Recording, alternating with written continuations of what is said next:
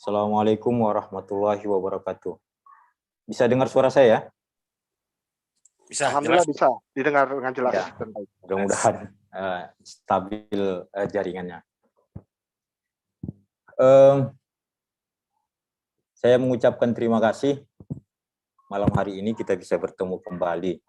Saya sebenarnya juga agak was-was menyampaikan ini, apakah bisa tersampaikan secara utuh atau tidak, tapi saya mengabaikan itu. Yang saya utamakan adalah apa yang bisa saya pahami terhadap buku ini, itu yang akan saya sampaikan. Bisa saja kawan-kawan membaca buku ini. Buku ini bisa di-download secara online, ya. Jadi bisa mudah untuk mengaksesnya. Saya pertama memberi rasa hormat kepada seluruh kaum cerdik pandai yang telah bergabung dalam forum virtual diskusi kali ini. Bentar, maaf.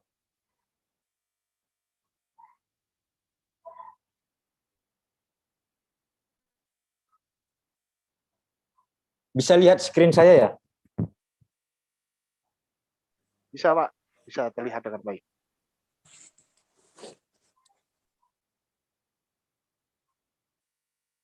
Baik.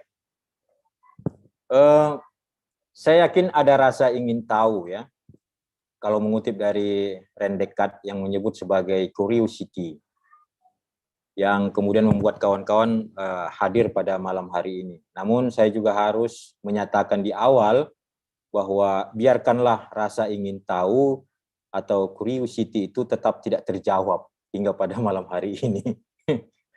Dengan tidak terjawabnya curiosity itu, maka akan semakin bergairah kita untuk mencari tahu.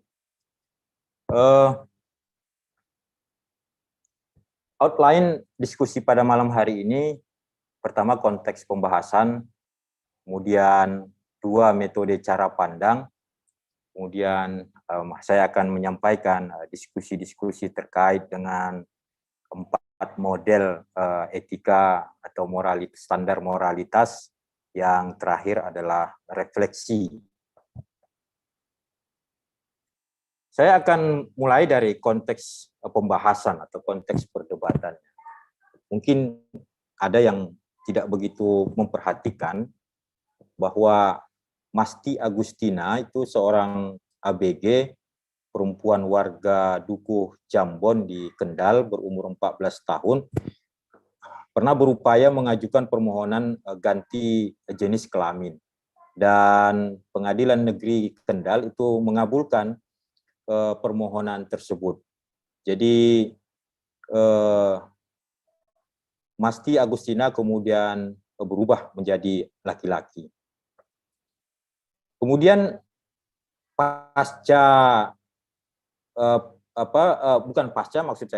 proses pergantian jenis kelamin ini ternyata cukup banyak ya. Tidak hanya di tahun 2012 itu, berikutnya yang populer misalnya kita ketahui ada Lucinta Luna ya.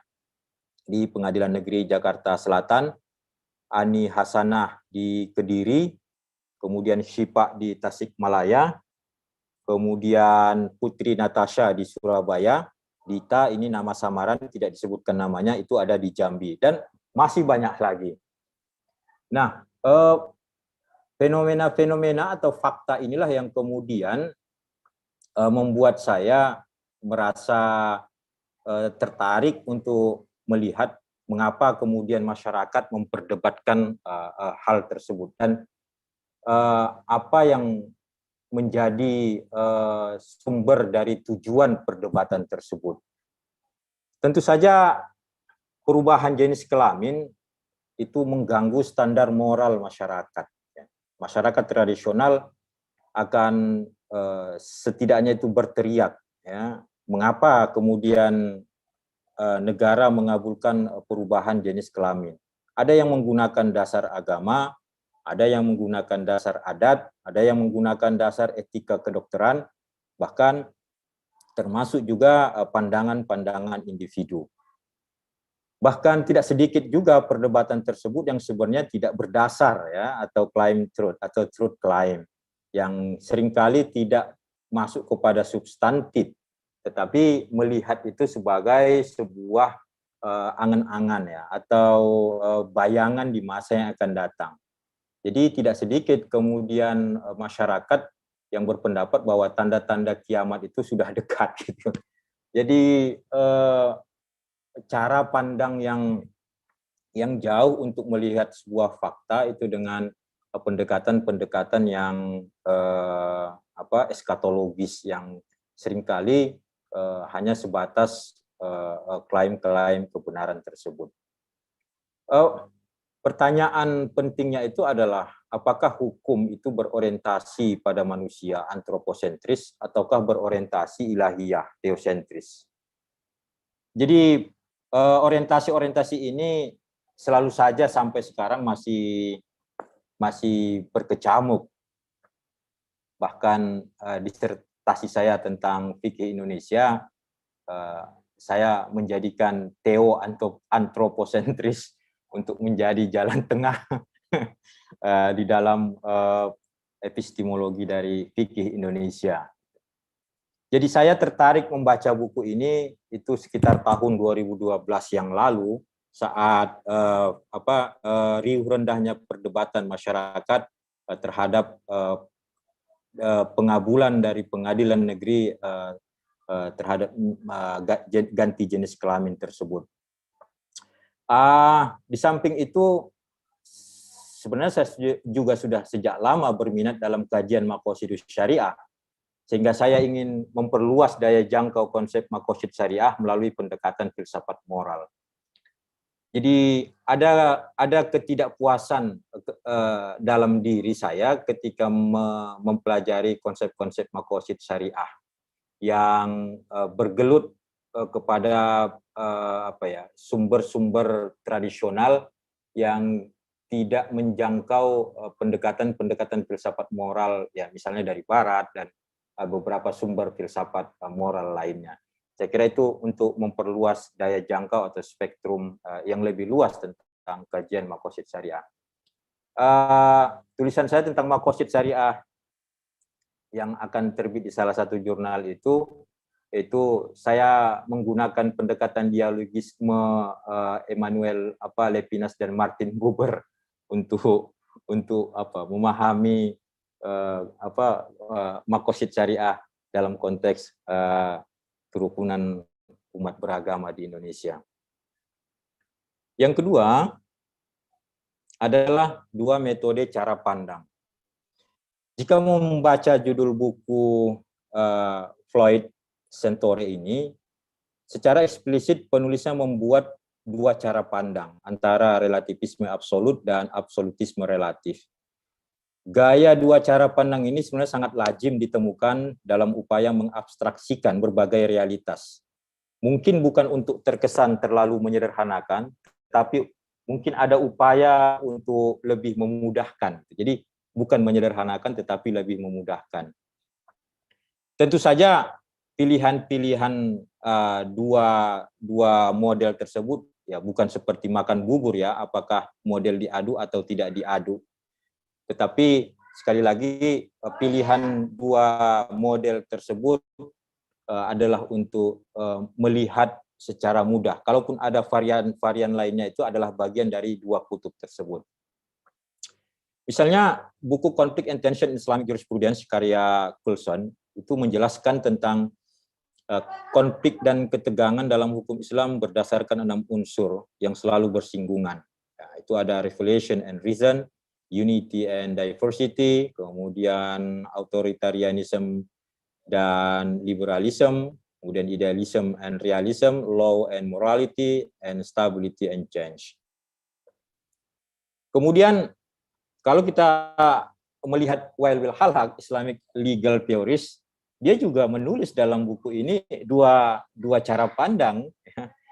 Nah, ini Bang Lutfi, ada enggak Bang Lutfi dalam grup? Belum ada ya?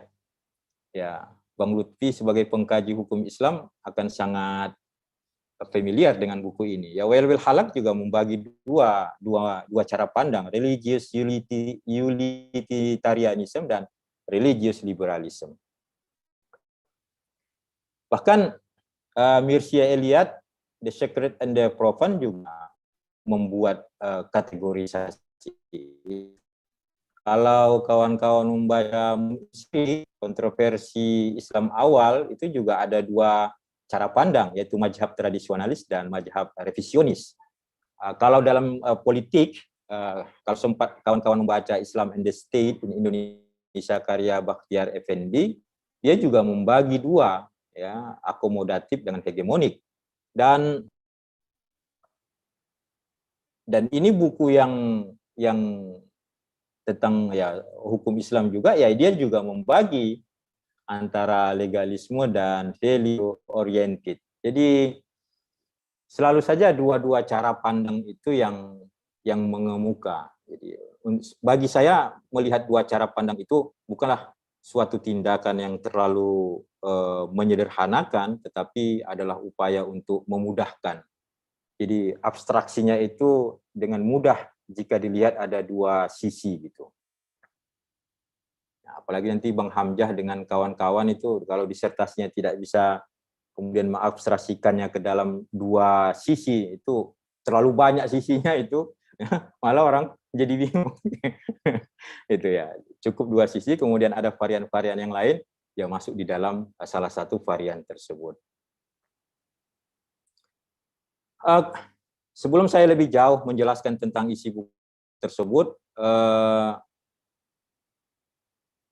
saya akan menjelaskan bahwa bagaimana posisi sebenarnya bicara tentang moralitas di dalam kajian filsafat. Jadi dalam sebuah struktur filsafat itu absolutisme dan relativisme itu adalah dalam sebuah kajian etik, dia masuk dalam studi morality. Absolutisme itu adalah gagasan bahwa ada satu jawaban yang benar. Jadi terlepas dari konteks atau perspektif apapun. Kita dapat mengatakan sesuatu itu benar tanpa syarat apapun yang terjadi, no matter what. Ya, beberapa filsuf absolut utama itu meliputi Plato, Aristotle, dan Immanuel Kant juga masuk di dalamnya. Tindakan etis atau tidak etis itu ya berdasarkan konsep hukum-hukum moral, universal moral laws. Hukum universal ini dianggap sebagai standar moral umum yang tetap dan digunakan untuk menilai semua tindakan kita.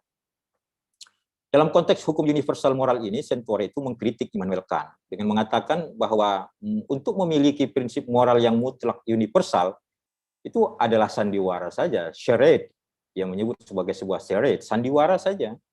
Menurut Sentore, apa yang diyakini Kant telah mengunci dirinya dalam sebuah ruangan, memasukkan kunci itu ke dalam sakunya, dan kemudian mengaku terikat oleh suatu keharisan moral. Faktanya, semua yang dia benar-benar terikat adalah kehendaknya sendiri. Sesuatu yang bisa diubah kapan saja, tapi karena dia mengatakan saya terkunci, padahal kuncinya itu disimpan di sakunya, ya dia kemudian terjebak di dalam absolutisme tersebut. Kemudian relativisme. Relativisme adalah gagasan menggunakan konteks perspektif yang berbeda. Kita dapat mengatakan sesuatu itu benar relatif terhadap suatu sudut pandang.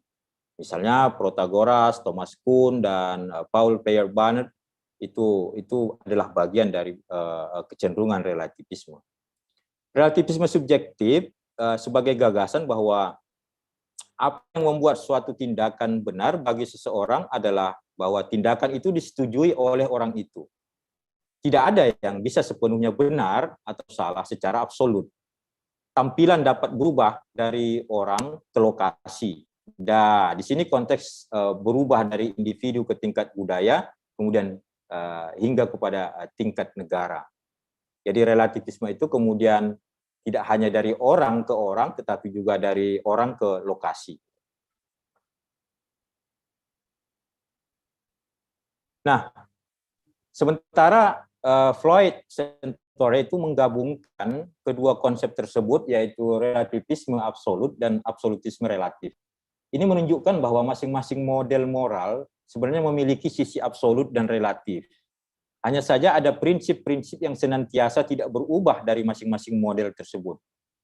Keempat teori itu setuju bahwa tidak mungkin hidup tanpa adanya makna dalam hidup. Perdebatan bukan tentang keberadaan makna, tetapi sumber makna dan isinya. Pertanyaan utama dari semua model ini adalah, dari mana tujuan hidup kita berasal? Jadi, dari mana tujuan hidup kita berasal? Bisa dari keputusan individu, keputusan sosial hingga negara, dan keputusan niat atau keputusan dari Tuhan. Yang pertama adalah, bagian pertama adalah relativisme absolut. Model yang pertamanya itu individu sebagai ukuran. Menurut relativisme absolut satu, yang pertama ini, kebaikan bergantung kepada kehendak individu. Dalam teori pertama, satu-satunya kehendak adalah ukuran dari apa yang baik menurut kriteria individu. Paradigma pertama ini mempertahankan bahwa semua pilihan moral adalah setara. Gaya hidup apapun sama baiknya dengan gaya hidup lainnya. Inilah awal Centauri menyebut sebagai nihilisme. Parmenides misalnya menyebutkan sebagai suatu situasi yang kontradiksi. Tidak ada yang berubah secara absolut. Protagoras mengatakan bisa dapat ditransmisikan, mustahil adanya kesalahan pernyataan. Semua perspektif individu adalah sama. Emerson misalnya menegaskan tidak ada seorang pun yang bisa salah, karena setiap tindakan manusia itu ada jenis kebutuhannya di muka bumi. Jadi apapun tindakan orang secara individu itu ya memang itu dibutuhkan di bumi ini gitu. Nah, adanya imbalan adalah karena telah melakukannya. Jadi bodoh kalau kita mengharapkan imbalan setelah kematian. Saya kok tertarik pernyataan ini ya. Jadi kok imbalan itu setelah kematian gitu ya. Bang Tijani kan suka ini bicara balasan di akhirat nanti setelah kematian ya gitu. Ya, jadi menurut Emerson itu ya bodoh saja kalau kita mengharapkan imbalan setelah kematian. Semua kebaikan yang nyata terletak masa kini diaktualkan di sini dan sekarang. Setiap orang adalah imam bagi dirinya sendiri. Berdoa adalah percakapan seorang diri dan bukan sebuah dialog. Doa kok sosial media gitu ya, diupload gitu ya. Ya doa itu ya seorang diri gitu ya. Bukan didialogkan gitu. Kira-kira gitu. Nah, untuk benar-benar menjadi soleh, setiap individu harus berani menyatakan pada dirinya sendiri, saya pikir ini, saya ini, dan tidak semata-mata mengutip orang bijaksana atau suci. Saya kira ini tegas ya. Tidak terlalu banyak kutipan gitu ya. Jadi ya kemandirian itu ya juga menyatakan ya saya pikir begini gitu. Tetapi kalau banyak anu-anunya ya mungkin tingkat keputusan individunya itu kurang begitu kuat. Whiteman misalnya menyatakan Tuhan adalah dunia, diri adalah kumpulan banyak orang. Whiteman sangat menghormati binatang dan tumbuhan. Baginya, keduanya tidak pernah protes. Mereka juga tidak pernah berbohong bangun di malam hari, kemudian menangis karena dosa-dosa yang telah dilakukan. Tidak pernah menghabiskan waktu mendiskusikan kewajiban mereka pada Tuhan. Saya suka juga, ya, saya kira pikiran Centauri itulah yang kemudian kok saya suka ya dengan cara dia mengambil kalimat-kalimat tersebut. Jadi ya bagaimana kita kemudian melihat ada orang yang di malam hari menangis karena dosa-dosa yang telah dilakukannya, kok gimana ya? Melakukan dosa kemudian malam hari nangis gitu ya. Dan setelah nangis besoknya kemudian dia mendiskusikan persoalan-persoalan dosa tersebut dalam konteks ketuhanan gitu ya. Bagaimana kita beribadah yang baik gitu ya. Itu kok individualnya itu sebagai ukuran itu tidak masuk kategori ini. Kemudian Nietzsche itu mengambil sikap yang berbeda dengan Emerson dan Whiteman. Saya kira kawan-kawan juga sangat familiar yang kuliah S3 di UIN Jogja itu tentang Nietzsche ini. Bagi Nietzsche itu yang penting itu adalah kehendak berkuasa, kekuasaan kehendak, the power of the will. kemampuan untuk mengendalikan diri sendiri, orang lain, dan dunia. Bagi Nietzsche, moralitas adalah ciptaan manusia. Oleh karenanya, manusia tidak perlu bimbang, moralitas tidak perlu merujuk pada doktrin keagamaan, karena manusia memiliki kemampuan menerima banyak penilaian yang berbeda. Orang yang paling bijaksana menurut Nietzsche itu adalah orang yang paling kaya dalam kontradiksi. Kira gini, jadi Bang Tijani jangan takut terjadi kontradiksi. Itu justru melatih Bang Tijani nanti untuk menjadi orang yang bijaksana. Gitu ya. Jadi kalau nanti Bang Hamzah jadi pejabat, jangan kemudian meminta semuanya harus sama gitu ya. Harus banyak kontradiksinya gitu. Jadi supaya melatih itu menjadi lebih bijaksana itu. Kemudian Sartre juga mengatakan bahwa setiap individu adalah benar-benar bebas. Tidak ada yang dapat bertindak sebagai penuntun dalam kehidupan moral saya, kata Sartre, kecuali kehendak saya sendiri. Saya adalah guru bagi seluruh rencana hidup saya. Tujuan utama saya dalam hidup adalah membuat identitas diri, self-identity diri sendiri. Makanya ketika saya ditanya apa definisi agama, ya bagi saya agama itu ya purification of identity. Jadi adalah sebuah pemurnian identitas. Kemudian apa efeknya bahwa menggunakan individu sebagai ukuran ini, dia lebih cenderung kepada inner directed. Jadi dia mengarah penguatan kepada individu. Begitu kata Sentore. Akibatnya ya Nelson Mandela setara dengan Raffi Ahmad. Menjadi Mahatma Gandhi ya setara dengan Jaksa Pinangki yang kemarin baru divonis bersalah. Ya. Jadi satu-satunya amoralitas atau immorality adalah apabila suatu tindakan itu terlepas dari kehendak kita. Jadi kalau kita tidak menghendakinya, ya itu amoralitas gitu. Jika Anda salah dan dihukum, itu adalah resiko yang Anda ambil untuk menjadi diri sendiri. Jadi menjadi pembangkang, desersi, ya itu adalah pilihan dari individu. Jadi sering kita misalnya mendengar, jadilah diri sendiri, be yourself gitu ya. Tapi saat lihat status temannya yang sedang bertengkar itu malah ngomong, kok tega ya?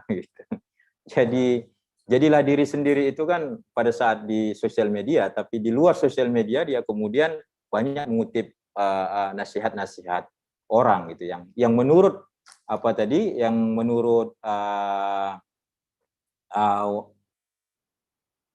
menurut Protagoras tadi itu Emerson itu ya tidak perlu gitu untuk mengutip banyak kata-kata bijak, apalagi kata-kata senja gitu ya. Nah, oleh karena itu model pertama ini meniscayakan terjadinya keragaman moral, kata Sentore. Pilihan Anda tidak mengikat orang lain, demikian juga sebaliknya. Sekalipun Anda tidak memilih untuk memukul orang tua Anda sendiri, namun jangan lupa orang lain sangat mungkin melakukannya. Nah, di situ. Jadi kritik terhadap individu sebagai ukuran ini kita tidak melakukannya, tetapi orang lain bisa jadi melakukannya. Inilah yang disebut tadi inner directed itu ya, yaitu sesuai aturan moral sepenuhnya diarahkan ke dalam. Sehingga tidak ada otoritas luar yang dapat memberitahu Anda cara berpikir dan bertindak. Bagaimana cara melihat individu sebagai ukuran ini ya sebenarnya sangat sederhana saja. Mari kita lihat misalnya pilihan moralitas production cost atau PH dalam memproduksi sebuah sinetron. Bang Tijani masih suka nonton sinetron Kak di Jogja? Masih. Oh masih ya, oke. Makanya saya mengambil contoh sinetron gitu kan, Bang Tijani. Jadi bagaimana individu sebagai ukuran itu kita lihat bagaimana production house itu memproduksi sebuah sinetron. Beberapa sinetron itu telah berhasil menimbulkan kontroversi dan keresahan dalam masyarakat. Misalnya sinetron Ikatan Cinta yang sebelah kiri ini, itu yang alur ceritanya sempat memunculkan kebosanan dan melahirkan hashtag Ikatan Cinta dibawa kemana gitu ya. Nggak tahu Bang Tijani ada nggak dalam salah satu hashtag itu. Bahkan Menko Polhukam Mahfud MD dalam cuitan Twitternya itu sempat mengkritik logika hukum yang dipakai penulis cerita sinetron tersebut. Ia mempertanyakan mengapa penahanan Sarah dalam kasus pembunuhan Roy?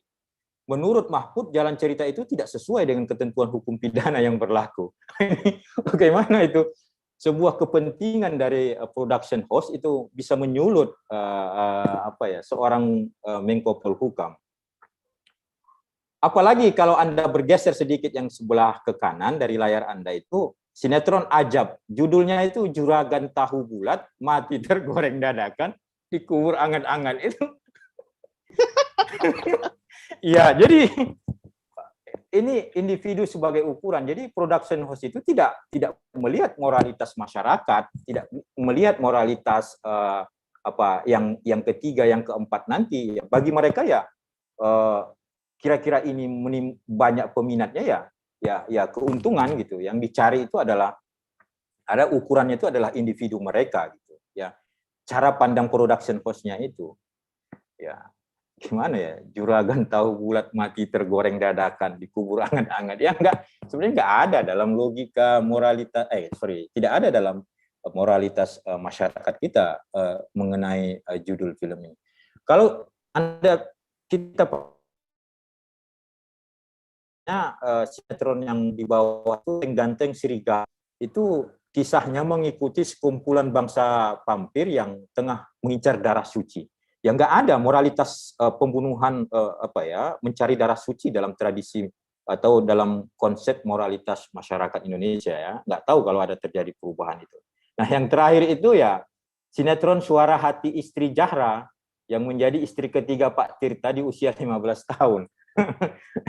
Jadi memang harus begini Bang Tijani mengikuti perkembangan sinetron ini. Jadi orang kan menolak itu ya. Jadi ramai-ramai itu boykot itu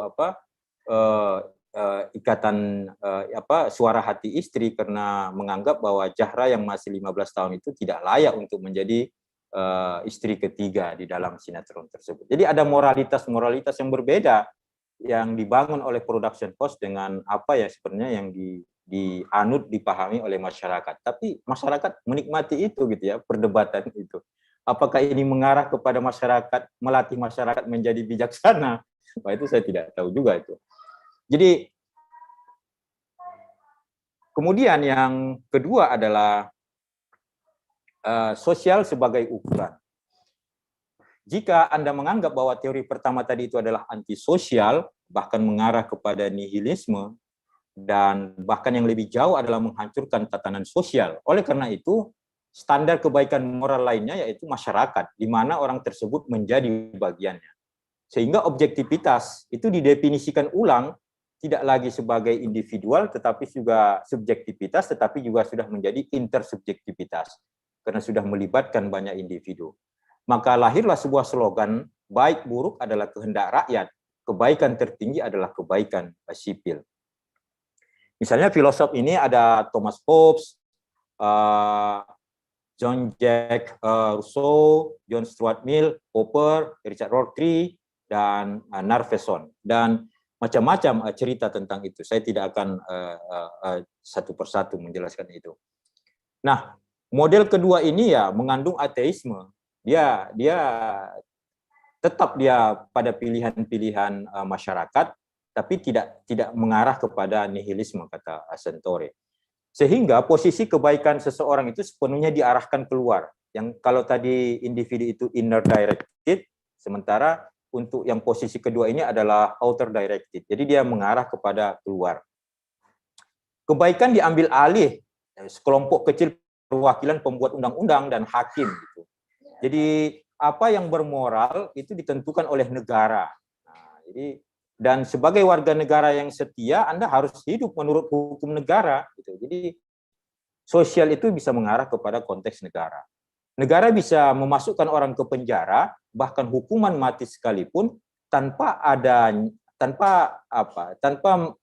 adanya istilah penganiayaan dan pembunuhan.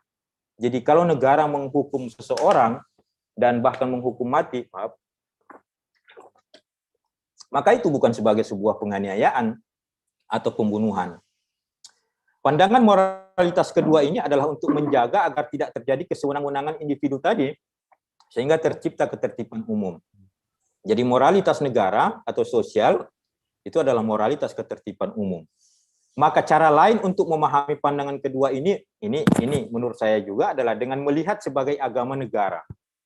Saya setuju dengan Sentore ini. Jadi dia membuat sebuah istilah agama negara atau state religion. Bagaimana state religion itu muncul? Sangat menarik menurut saya. Menurut Sentore, agama negara itu bisa muncul atau moralitas negara itu bisa muncul itu ketika negara melihat adanya sebuah potensi perpecahan sosial yang semakin dalam. Sehingga untuk mencegah itu maka negara sendiri menciptakan dogma-dogma sakral sekuler. Jadi saat dia melihat sebuah sistem sosial itu mulai terjadi perpecahan, maka negara mulai mengadopsi dogma-dogma sakral sekuler.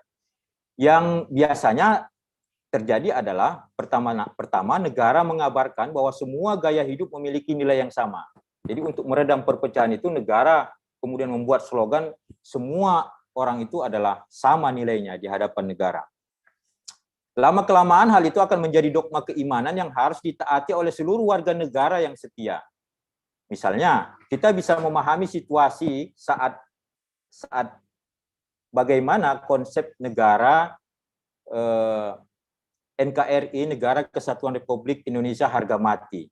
Kita juga bisa melihat bagaimana agama negara itu memproduksi moderasi beragama. Jadi kalau kita menggunakan istilah Sentore bahwa NKRI harga mati, moderasi beragama, ini adalah sebenarnya state religion.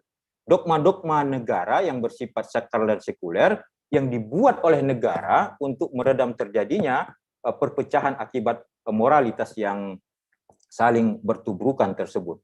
Bahkan kalau kita lihat konsep modalitas beragama itu dari tahun 2020 sampai 2024. Nah, jadi kalau kita melihat misalnya yang sebelah kiri itu ada Bang Hamzah, itu dia berdiri di negara agama NKRI harga mati. Jadi ini adalah salah satu bentuk kesetiaan warga untuk mengimani konsep kebaikan agama negara. Bahkan Bang Hamzah itu menyebutnya sebagai marwah bangsa. Jadi siapa saja yang mengganggu NKRI sama saja dengan merusak pandangan moralitas agama negara tadi. Dan untuk itu wajib dilawan.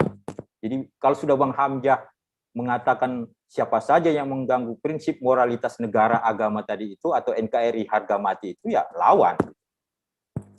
Kalau dalam konsep moderasi beragama kita lihat misalnya Bang Lutfi, ya. Bagaimana Bang Lutfi meyakini moralitas agama negara, bahkan tidak tanggung-tanggung ya. Bang Lutfi itu menjadi anggota paramiliter tanda petik yang bersertifikasi instruktur nasional demi mewujudkan dogma-dogma sakral yang sekuler tadi. Bersama untuk maju itu bisa kita lihat di belakang background itu terlihat itu jelas. Jadi dogma-dogma negara itu dilahirkan adalah upaya untuk menjadikan sebuah moralitas dalam meredam kehendak-kehendak individu tadi. Ya, jadi tugas Bang Lutfi masih panjang ya, itu sampai tahun 2024. Nggak tahu sertifikasinya itu berlaku setelah itu atau enggak, atau bisa diperpanjang gitu ya. Perpanjangnya online atau tidak. Nggak tahu juga. Baik. Nah, jadi yang kedua, jadi pertama tadi negara memproduksi dogma-dogma itu sebagai upaya untuk meredam kehendak individu ya tadi yang sangat kuat. Jadi negara mendikte kita dengan apa yang dia sebut dengan baik dan adil. Jadi negara menuntut agar Anda menerima pandangannya sebagai hal yang baik dan bermanfaat. Negara tidak pernah berbuat salah. Pada akhirnya ya rencana model kedua ini itu kan dia menolak kesewenang-wenangan individu. Itu justru bisa berganti menjadi kediktatoran negara. Jadi diktator individual itu justru berubah menjadi diktator negara. Kebebasan individu berubah menjadi kebebasan negara. Dan sandiwara individu berganti menjadi sandiwara negara. Jadi model pertama maupun model kedua ini, itu yang disebut oleh Sentore sebenarnya tidak memadai. Itu jebakan-jebakannya juga bisa saling berganti. Jadi nama mungkin posisinya yang berbeda, tetapi prinsip-prinsip moralitasnya itu, yaitu bisa menjadi absolut tadi itu. Itu yang dia sebut menjadi absolut itu ya. Nah, kemudian yang ketiga, ya itu tujuan sebagai ukuran. 8.15. Kira-kira berapa menit lagi nih, moderator? Saya lupa nanti ini. Mungkin sampai jam 8.30 kali, Pak ya. Oke ya, 8.30 ya, baik. Ya. Yang Jadi ketiga waktunya adalah masih panjang juga sih, Pak. Sampai jam 10 kita. jangan lama-lama. Ya.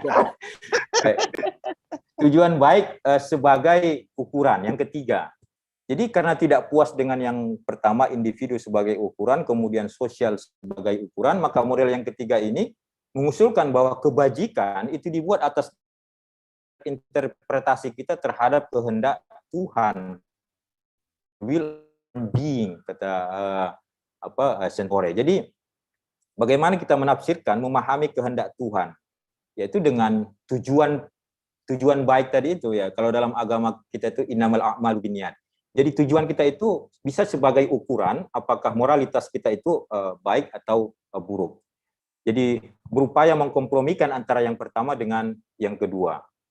Namun sekali lagi model ketiga ini mengotori rumahnya sendiri dengan berpikiran terlalu luas, ya, broad minded, terlalu luas. Persoalannya adalah apakah seseorang bisa berada pada situasi yang bersamaan antara di dalam pengaruh Tuhan dan di dalam pengaruh manusia dalam satu waktu. Sekalipun sulit untuk memisahkannya, ya teori yang ketiga ini berupaya menyeimbangkan, ya, proporsional, secara fleksibel. Seseorang yang sudah mengidap penyakit yang hampir dipastikan tidak akan sembuh, itu kemudian menjalani etanasia. Satu sisi ada yang berbahagia, tapi juga ada yang sedih. Ya, pertanyaannya adalah, bisakah sedih dan bahagia bertemu menjadi satu? Ya, mungkin bagi orang bisa saja, ada yang menangis sambil tertawa gitu ya. Katanya menangis bahagia gitu. Menghakimi pencuri ayam sampai mati. Pertanyaannya, apakah bahagia dan sedih bisa bersamaan? Jadi saat seseorang menghakimi pencuri ayam, apakah niatnya itu bisa bersatu di dalam dua model tadi, individu dan sosial gitu. Bagaimana dia memukul mati seorang pencuri ayam, itu kepentingan individunya, tetapi ada juga kepentingan sosial, moralitas sosial di dalamnya. Apalagi negara ya, kalau kita memukul justru kita yang bisa ditangkap gitu.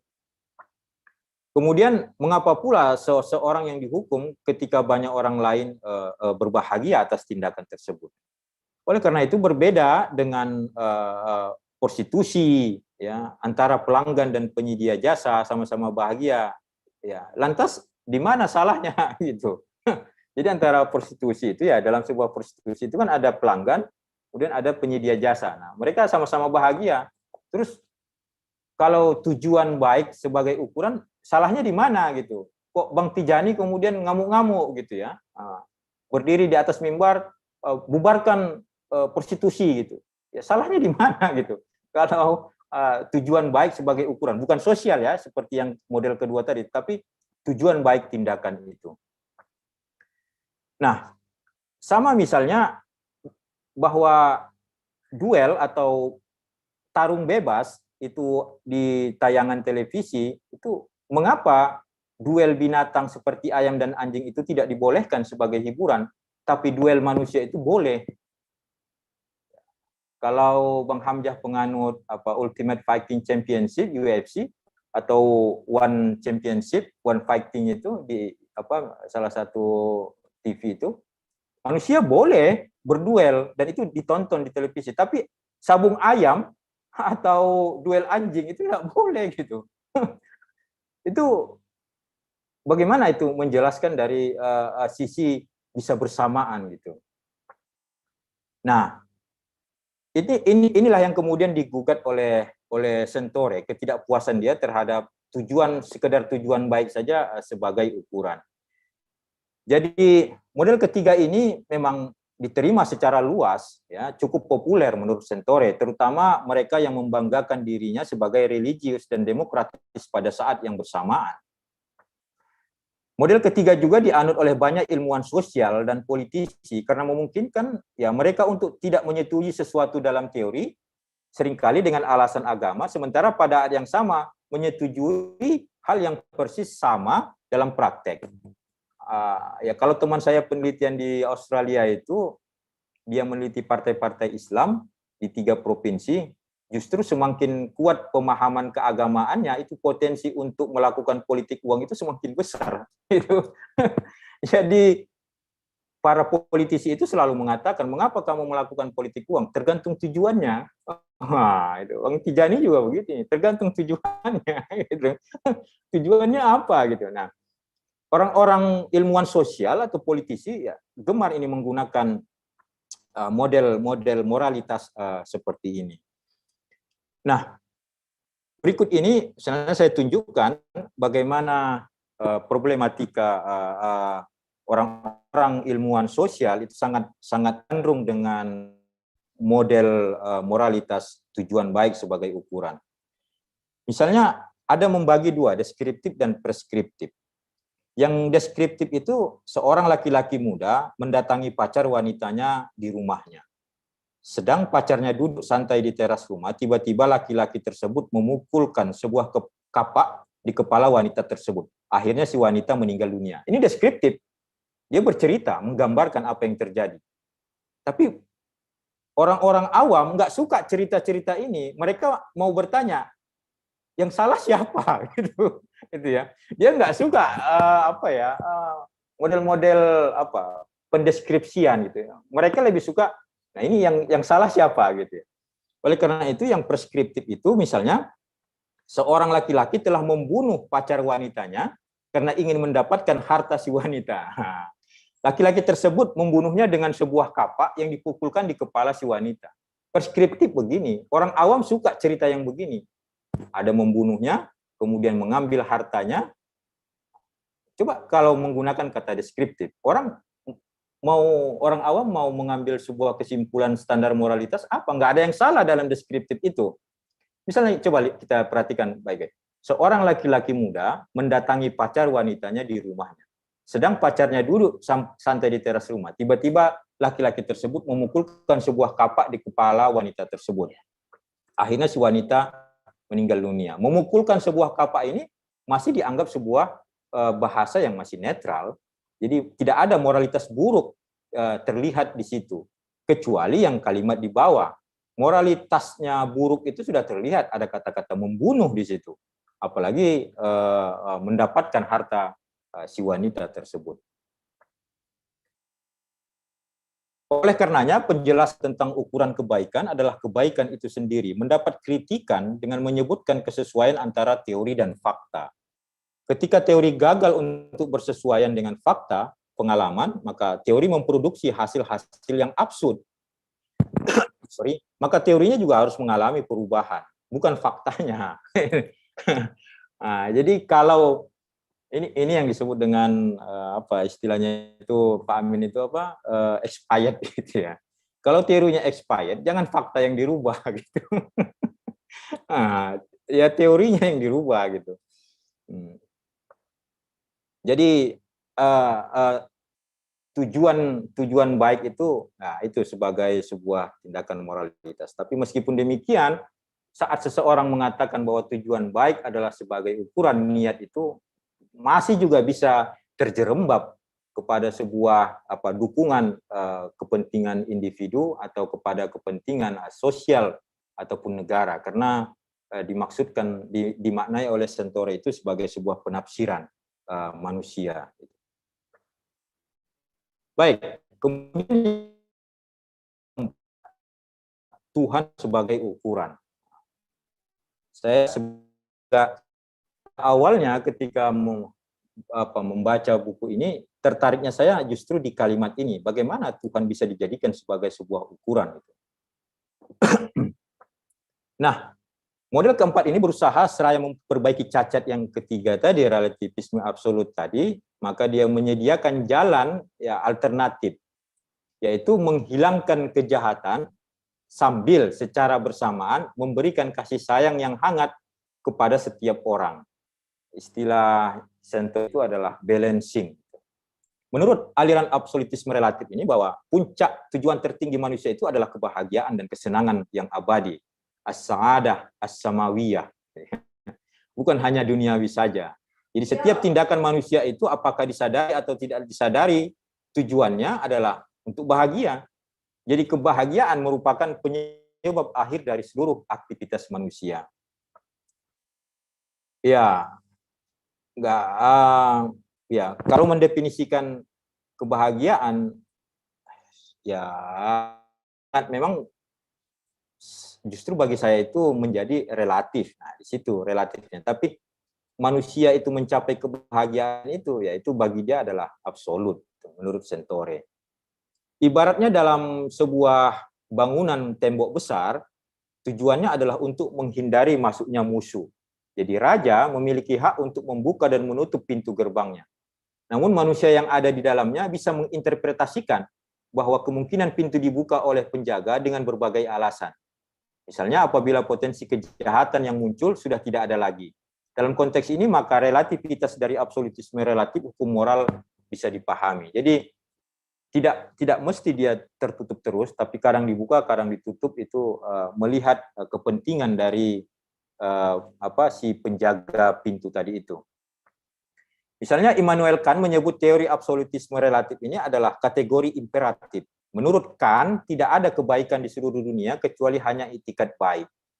Ibarat sinyal lampu lalu lintas, menurut Kant, lampu merah menandakan siapapun harus berhenti. Ya, kecuali di simpang perempatan Tanjung Raya ya.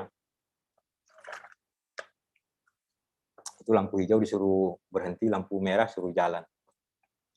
Berbeda dengan Hobbes yang mendasarkan pendapatnya pada kebebasan untuk memutuskan sekalipun negara melarangnya. Maka lampu merah tidak selamanya harus bermakna berhenti bagi Hobbes. Asumsikan di atas harus diwaspadai karena dapat terjebak pada situasi yang sangat tidak humanis.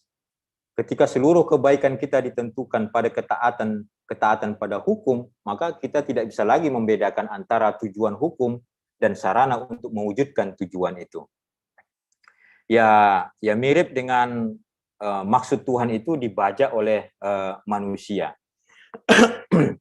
Ini sangat gamblang, misalnya kita lihat bagaimana SBY mengatakan, ingatkan pemerintah soal vaksin COVID-19, kemudian jangan bersikap dan berpikir begitu, Tuhan tidak suka. Jadi cara berpikir Tuhan kemudian digunakan untuk sebuah absolutisme moralitas kebijakan pemerintah yang terjadi saat ini. Tidak menggunakan kekuasaan sangat berbeda dengan penyalahgunaan. Jadi yang dimaknai Sentore dalam model yang keempat ini adalah bukan tidak menggunakan kekuasaan, tetapi yang harus diwaspadai itu adalah penyalahgunaan kekuasaan itu. Ibarat sebuah asbak kaca tebal yang tersedia itu di sekitar kita selama bertahun-tahun tidak terpakai. Meskipun dirancang oleh manusia bahwa asbak itu untuk menyimpan abu panas, namun jarang digunakan, tidak berarti merusak tujuannya. Jadi asbak rokok itu dibuat untuk menahan abu panas, tapi jarang digunakan. Jarang digunakan itu bukan berarti bahwa fungsi dari tujuan asbak itu kemudian hilang karena jarang digunakan itu. Jadi hukum moral alam tidak menentang penggunaan apapun, yang dilawan adalah penyalahgunaan. Jadi sekali lagi adalah penyalahgunaannya. Satu bagian penting dari pandangan yang masuk akal adalah menyadari bahwa nilai seseorang dalam kosmos itu tidak tergantung pada makhluk lain di dunia. Itu menurut Sentore. Bahwa petani terendah sekalipun adalah sama pentingnya dengan raja tertinggi. Bayi terkecil adalah sama pentingnya dengan pengacara yang paling cerdik. Dari sudut pandang kualitas, satu kehidupan manusia itu berharga, lebih berharga dari seluruh alam semesta. Tidak peduli seberapa kecil perannya. Ini memberikan petunjuk tentang mengapa alam semesta ini begitu luas. Alam semesta di mana manusia hanyalah butiran debu semata. Nah, model keempat ini menurut saya bisa menjadi dasar untuk mewujudkan kebebasan beragama dan berkeyakinan itu asumsi saya. Yang terakhir adalah refleksi. Setelah membaca isi buku ini, saya masih menduga bahwa kategori Tuhan sebagai ukuran pada akhirnya juga bisa bergeser ke model yang ketiga, di mana penafsiran manusia menjadi ukurannya. Jadi tujuan baik itu bisa menjadi ukuran. Kalau hanya kita sekedar mengatakan bahwa yang dilarang, yang dicegah itu bukan penggunaan tetapi penyalahgunaan. Jika ada yang bertanya, apakah agama penting dalam pertimbangan keputusan manusia? Saya bisa menjawabnya iya. Tetapi, jadi tidak berhenti di iyanya, tetapi sekali saja Anda membuka pintu atau sekali saja Anda menggunakan agama, saya menduga Anda akan kesulitan untuk menghentikan pengaruhnya. Slide yang ada Singapura tak terima KRI Usman Harun, ini mungkin bisa sebagai bahan diskusi untuk merefleksikan pengetahuan kita bersama tentang moralitas. Ada baiknya Anda juga tidak menggugat saya, tetapi memberikan respon terhadap peristiwa yang berikut ini. Bagaimana kita melihat individu sebagai ukuran, sosial dan negara sebagai ukuran, kemudian tujuan baik sebagai ukuran, hingga Tuhan sebagai ukuran. Usman Harun adalah anggota KKO, Komando Korps Operasi, yang sekarang dikenal dengan Korps Marinir TNI Angkatan Laut. Usman dan Harun adalah anggota pasukan khusus yang menyusup ke Singapura semasa konfrontasi Ganjang Malaysia tahun 1963-1966. Nah, Usman Harun ini dijatuhi hukuman gantung oleh pemerintah Singapura setelah berhasil meledakkan McDonald House di Singapura dengan korban 33 orang meninggal dunia. Yang satu sempat melarikan diri tetapi tertangkap di tengah laut. Akhirnya keduanya dihukum gantung di Singapura. Jika menggunakan 4 model tadi, apakah tindakan Usman Harun ini kategori pahlawan atau teroris? Jika di akhirat nanti Tuhan ikut keputusan pemerintah Indonesia atau keputusan pemerintah Singapura, atau cukup dengan wallahu a'lam. Terima kasih.